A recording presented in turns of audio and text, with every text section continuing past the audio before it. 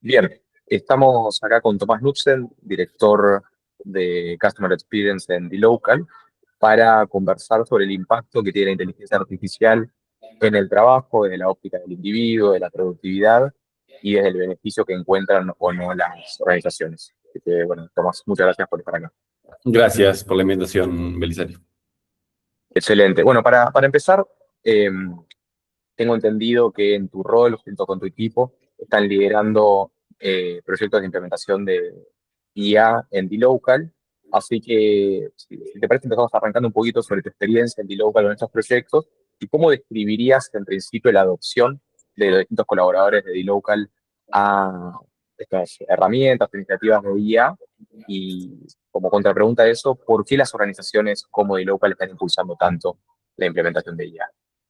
Perfecto. Bueno, para dar un poco de contexto antes, hoy yo me desenvuelvo así como head de CX, donde hay distintos equipos, como el equipo de Customer Support, de Experience Management, de Monitoring and Support, de Knowledge Management, y cada uno de estos equipos individualmente tiene sus iniciativas de AI, tiene su foco en AI, pero a nivel general de dLocal, creo que esa primera pregunta la podemos dividir en dos. Una es cómo veo a dLocal y otra es cómo veo a las personas que trabajan en dLocal relacionado a esto de implementación de AI. No diría que dLocal estamos en una etapa exploratoria. Hoy ya hay adopción real, hay casos en producción en distintas capas del negocio.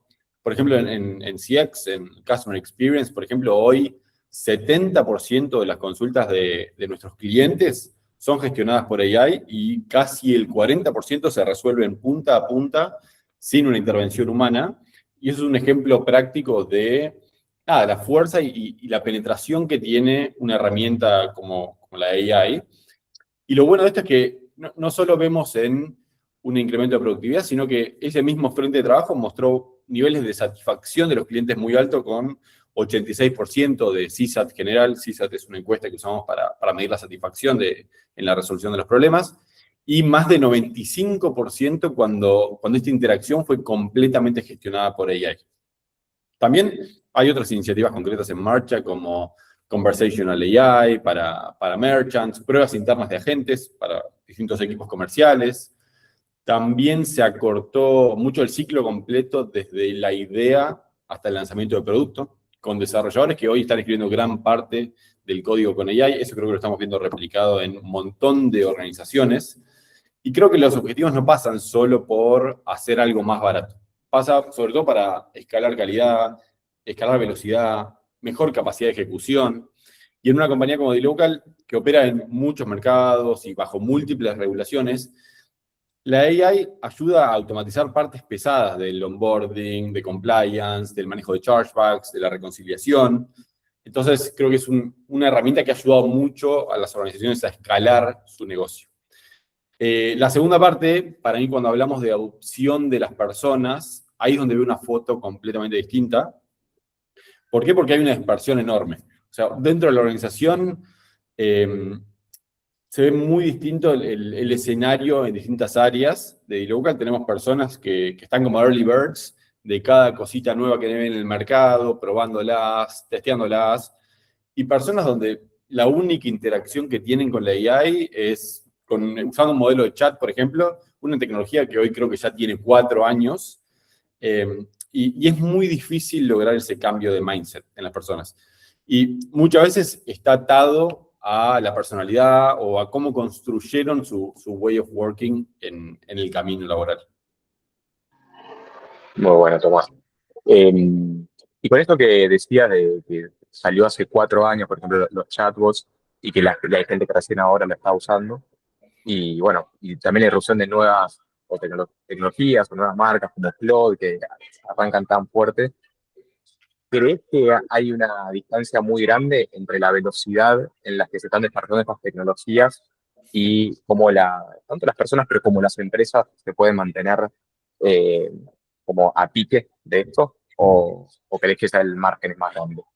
No, yo creo que hoy se nota que ese gap y esa velocidad, y creo que es muy difícil mantener como a la empresa, a la organización, a la gente encima de todos estos cambios tecnológicos que hay, Hoy estamos viendo una velocidad muy rápida de nuevos features, nuevas herramientas, y creo que es súper importante que la organización tenga lineamientos claros para decir, bueno, probemos esta tecnología, testémosla, analicemos los resultados, midamos el impacto antes de estar corriendo a probar lo nuevo o lo que salió.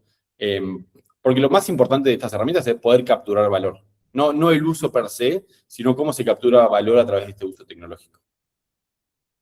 Bien, bien, bien, bien.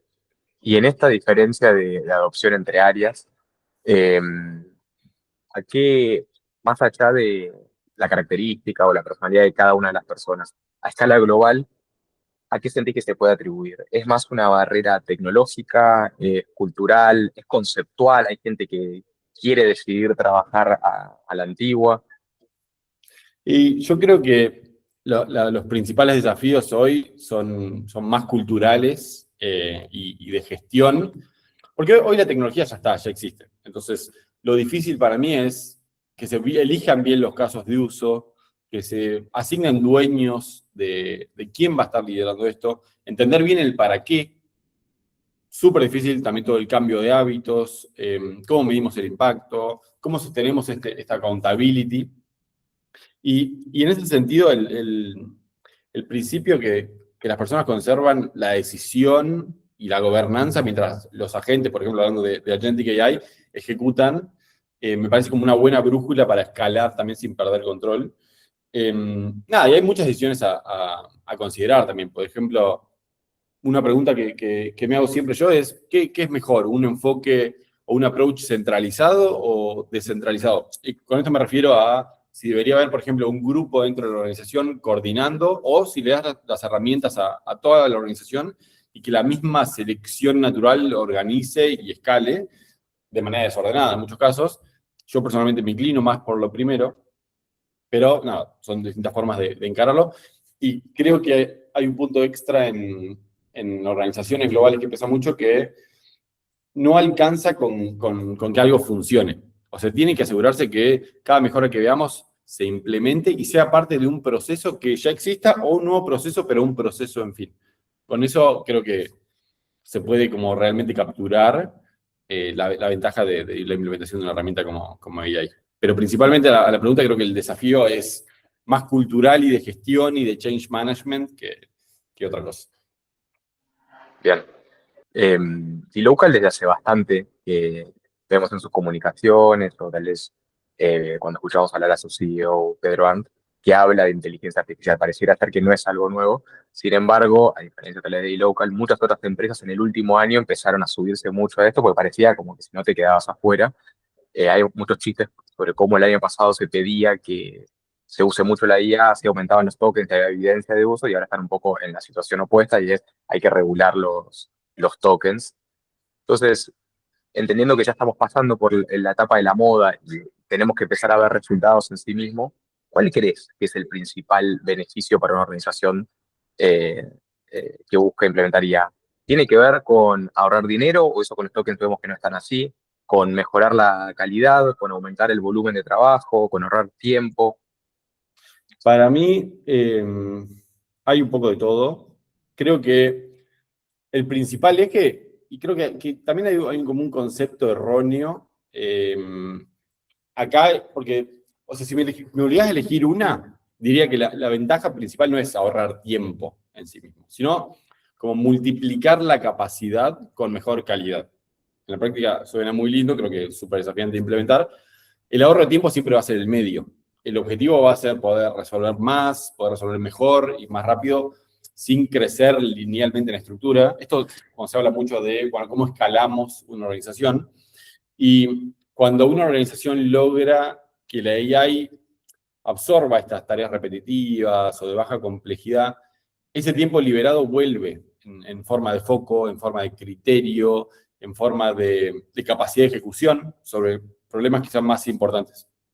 Y esto creo que lo ves muy claro en cuáles son las tareas que toma la IA de hoy, que son generalmente tareas de bajo valor agregado por humanos. Por ejemplo, no sé, armar una presentación que capaz te lleva 4 horas para un cliente, hoy está hecha en minutos y los ajustes finales de la persona, del ser humano, quizá en 30 minutos quedan resueltos.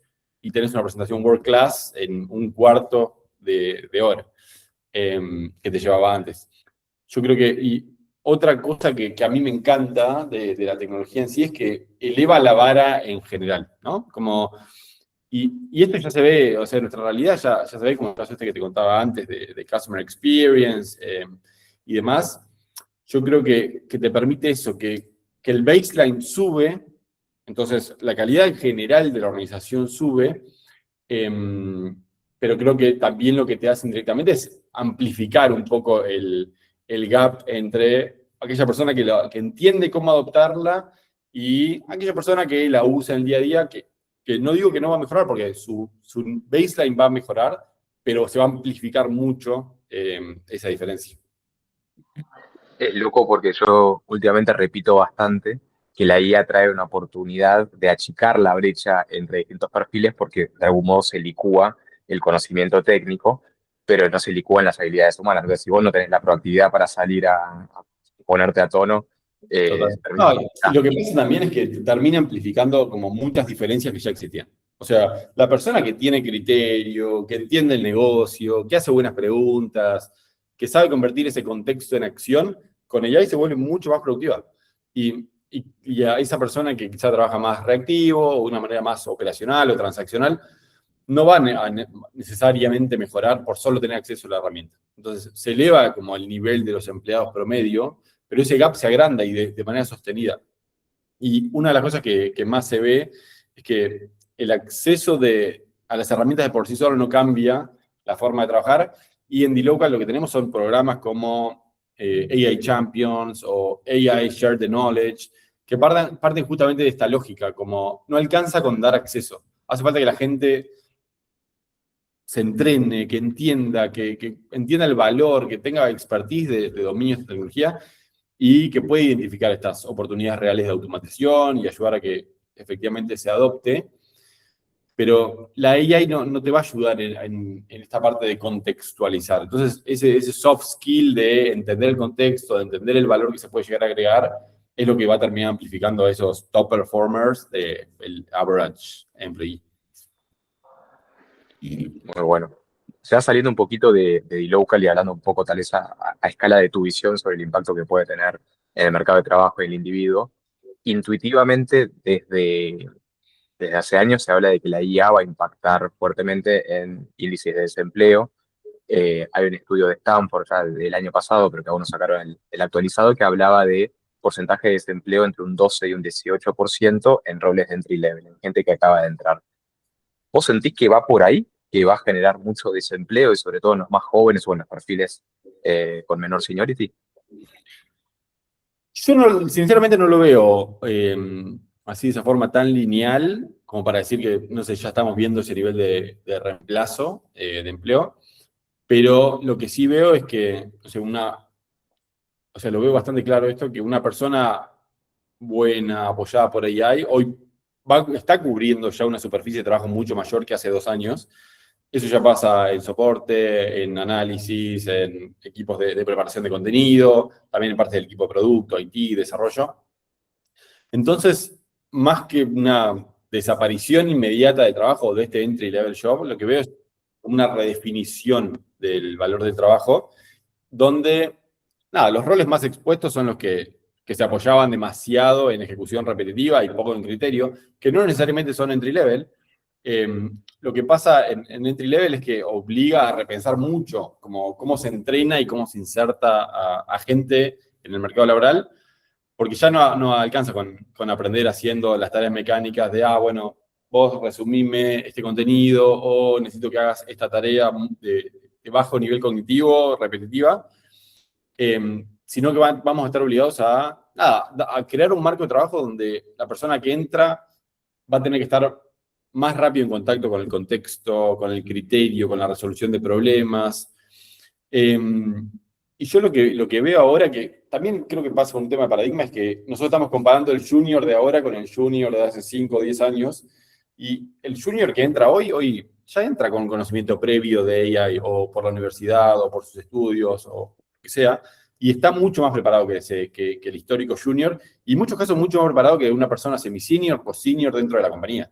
Entonces, creo, o sea, no creo que sea una historia de, se va a requerir menos gente, y en muchas organizaciones, y creo que en D-Local también, eh, la AI como se está usando para absorber complejidad y acelerar tiempos y mejorar calidad, elevando la vara, obvio, pero lo que te hace es contratar juniors que ya vienen más preparados. Y uno no lo percibe así porque está comparándose con cuando uno era junior y entró y quizás solo sabía usar Excel. Hoy ya vienen con un conocimiento de distintas herramientas como Gemini, como Claude, que hoy está en boca de todos, y hasta en muchos casos hasta personas con skills de automatizaciones o de diseño de agentes, pero porque lo hacen por un interés general. Por eso para mí la competencia de la curiosidad, la proactividad, son mucho más relevantes hoy. Por eso yo no lo estoy viendo, no sé si realmente se está dando este fenómeno de reducción del entry level, pero para mí es más un cambio de paradigma que un reemplazo laboral.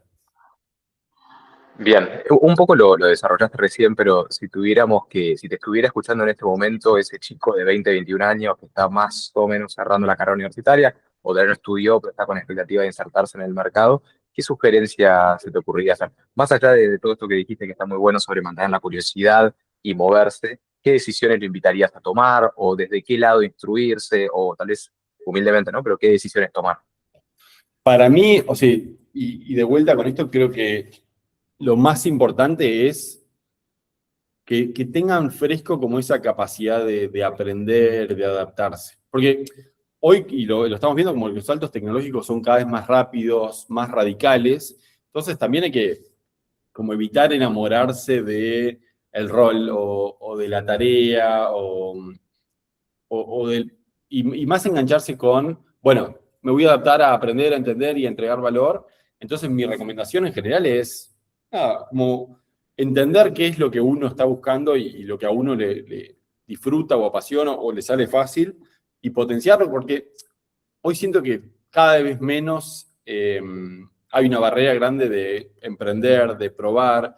Creo que antes se necesitaba mucho conocimiento técnico específico para hacer algo y hoy tenés personas desarrollando aplicaciones o aplicaciones o modelos de negocio o trabajos y no necesariamente hablo del mundo tecnológico, hablo de personas, un grupo de amigos que se juntan y dicen, armamos un modelo de negocio para poner un feedlot en determinada zona y apoyándose en herramientas como AI y demás, pueden armar un modelo de negocio con flujo de fondos, con decisiones de inversión de capital y todo. Yo creo que ahí la competencia, que para mí siempre fue la más importante, es el empuje para que las cosas pasen. O sea, y si una persona, un chico saliendo de la universidad, tiene que enfocarse en algo, es, bueno, ¿cómo hago para valerme por mí mismo para lograr resultados y entender cómo transformar a una persona que agrega valor desde distintos lugares?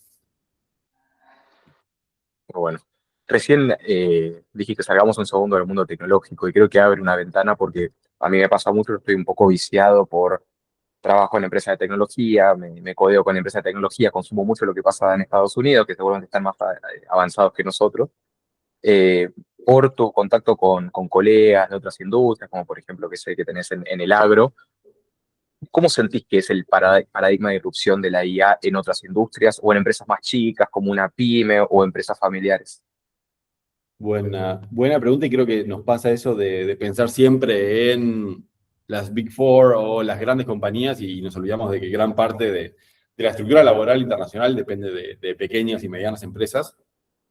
Yo creo que hoy no está, o sea, no está en el mismo nivel de madurez que en una corporación y creo que la adopción va a llegar también, pero de forma más despareja, más lenta o más divergente y que va a hacer que ciertas empresas se puedan posicionar mucho más fuerte que sus competencias.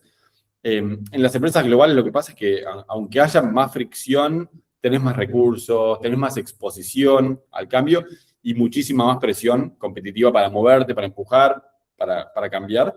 Y lo que pasa con las pymes o empresas menos adaptadas es que muchas veces el problema acá no va a ser acceder a la tecnología, que hoy está súper democratizada, es súper fácil de acceder. Creo que el problema va a ser tener el tiempo, el criterio, también la priorización interna dentro de la pyme y el músculo interno para decir, bueno, nos sentamos a rediseñar procesos, a sostener el cambio que eso implica. Pero por otro lado hay otra ventaja muy fuerte que tienen las pymes, es que son muy chicas y pueden moverse muy rápido si tienen un liderazgo claro. Una pyme no necesita montar una estructura enorme para capturar valor, con una estructura centralizada de IA y que mida el impacto, el consumo y demás. Yo creo que con 2 o 3 decisiones buenas puede mejorar mucho la productividad, el impacto, el valor entregado a los clientes que tengan. Y creo que el riesgo es que se use la AI como una capa así cosmética o de marketing para hacer un poco más rápido lo mismo de siempre, como, bueno, en vez de agendar los turnos llamando a un consultorio, lo haces vía WhatsApp integrado con AI, pero ¿hay realmente una mejor experiencia ahí? ¿Hay mejor valor agregado? Porque ahí en realidad no se está repensando en verdad cómo se trabaja. Entonces creo que el desafío es que esas pymes tengan un buen liderazgo y que crean que esto es una prioridad para poder crecer y sostenerse en el tiempo. Bien, tomando este punto de liderazgo y de buenas decisiones, ¿crees que los gobiernos y los estados tienen un rol relevante de cara a garantizar que el uso de la IA en las organizaciones y el individuo escale de una manera saludable? ¿O pensás que es un tema de lógica de mercado y que la gente las adopte y que pase lo que tenga que pasar? Y para mí, o sea, hoy el rol del gobierno es central. Es central porque creo que esa es la única entidad que hoy hay dentro de un país o de una región que está centralizada. Entonces, para mí el rol del Estado, del gobierno acá es fundamental.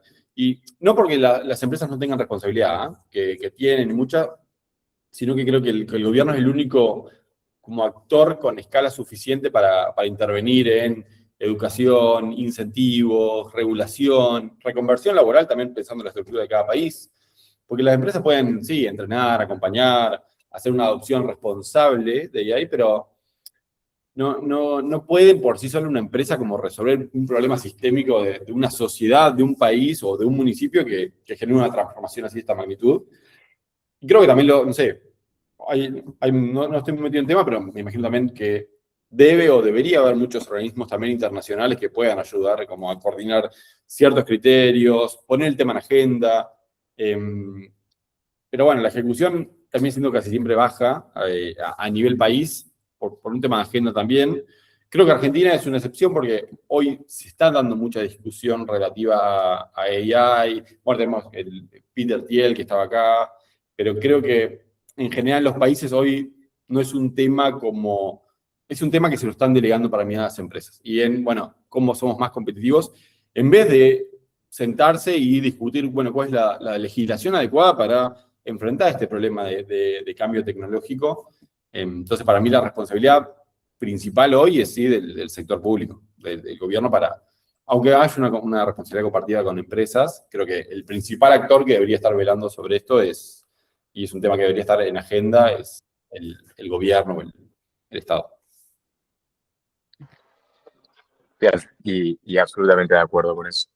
Ya prontos a cerrar, eh, desde distintas aristas, desde qué tan grande va a ser su penetración y cómo va a impactar en el individuo y qué riesgos hay asociados a la tecnología que aparenta no ser tan fácil de controlar. En vos, sobre este tema que lo respirás y lo laburás tanto en el día a día, ¿de cara al futuro reina más optimismo o, no sé si pesimismo, pero tal vez un poco de temor? Para mí, o sea, esta pregunta, yo en general soy más optimista con esto. Sé que hay un mensaje general más pesimista, pero yo creo que la naturaleza del ser humano y del progreso nos va a llevar a salir bien parados y la sociedad debería crecer como un todo, idealmente reduciendo también las desigualdades sociales, las diferencias que hay, porque no deja de ser una herramienta muy potente. Creo que en el marco en el que estamos embebidos y en el día a día, estamos pensando en la AI como una entrega de valor o cómo escalar una empresa, cómo maximizar el valor agregado. Creo que no está el componente social, sin directamente, obvio, con un mejor servicio, una mejor experiencia, pero no estamos discutiendo las cuestiones estructurales de una población y el impacto que tienen. Pero creo que soy optimista, pero porque hay mucha gente optimista que quiere empujar para que eso suceda. Aunque haya capaz 5 o 6 personas que traen un mensaje medio desesperanzador, creo que en general, o sea, la gente va a empujar por un final feliz y que todo se resuelva de una manera que terminamos teniendo una sociedad de 20, 30 años mucho mejor de la que hoy tenemos. Sí, justo el otro día escuchaba el término marketing del apocalipsis, ¿no? De la gente que saca provecho de hablar sobre los potenciales riesgos de esto. Bueno, tremendo. Tomás, ¿algún comentario final o algo que te haya quedado en la cabeza que tuviera ganas de compartir? No, yo creo que lo más importante y el mensaje que también intento transmitir es en el marco laboral y en general, porque creo que es una de las percepciones de la AI nos va a dejar a todos sin trabajo. Para mí ese cambio tiene que venir desde dentro de las organizaciones y entender que con la AI podemos hacer más y mejor con menos en vez de saquemos sillas para seguir haciendo lo mismo. Entonces creo que ese es el principal mensaje que tenemos que empujar, no que tenemos que escuchar, sino que ese es el mensaje que tenemos que traer a la mesa en cada una de las discusiones. Muy bueno, Tomás, muchísimas gracias. Gracias, Belisario. Nos vemos.